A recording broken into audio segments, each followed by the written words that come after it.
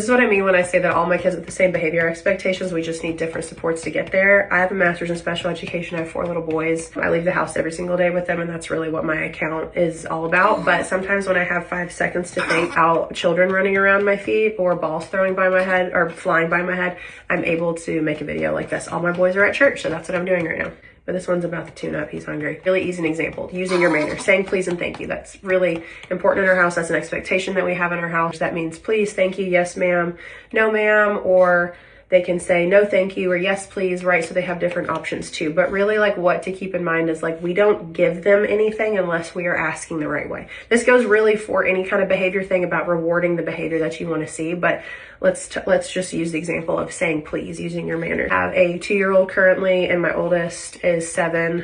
I also have 2 others in there, but like, these are the ages that we use, right? Like my 7-year-old, when he has the behavior expectation to use his manners, he doesn't need all of this facilitating. He has the skill. He's already been through this whole process. He knows what the expectation is, and we are going to hold him to that expectation, right? So if he has a drive-by and he says, give me grapes, there's an example. I'm just gonna be like, whoa, try again. He's gonna be like, oh, can I please have some grapes? I'm like, sure, here we go. Here's some grapes, right? Like that simple redirection of like, hey, I need you just to ask the right way. I'm happy to help you. 2-year-old, you're like, do you live on planet Earth? Yeah, like we had this expectation from even before then. And when he can sign and say please, like he's going to say please to get what he needs. If they need it again, it's kind of like, how do we ask kindly? I'm prompting them to use the skill that I know that they have. But I'm not going to hand them over grapes when he goes, give me grapes. I want grapes. No. Absolutely not. I'm not rewarding that behavior. That's not how I want them to talk. That's not how they're going to talk. See, like that attitude is not how I approach it. It's just like a try again.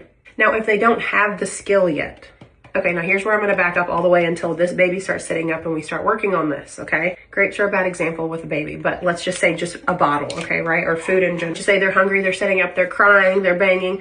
Of course, I'm not expecting a child who does not know how to speak yet. They do not have the skill to say, can I please have something, right? But I'm going to spoon feed them that skill until they have it. And I'm going to model it for them constantly, every single time. Do you need your snack? Okay, if you need your snack, you say, can I have my snack, please? Can I have my snack, please? As I'm handing them their snack, please. Good job. Like, that is how you're spoon feeding, and I'm like modeling this skill. I'm also signing. Like, we eventually fade from signing to talking, but the signs that I taught my boys from a very early age was like extremely simple, right? This is please, this is more. We do all done, and I think thank you. Can I have my bottle, please? Can I have my snack, please?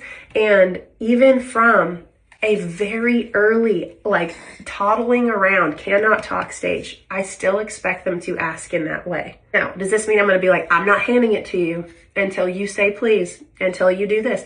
No, I'm just going to show them with their hands.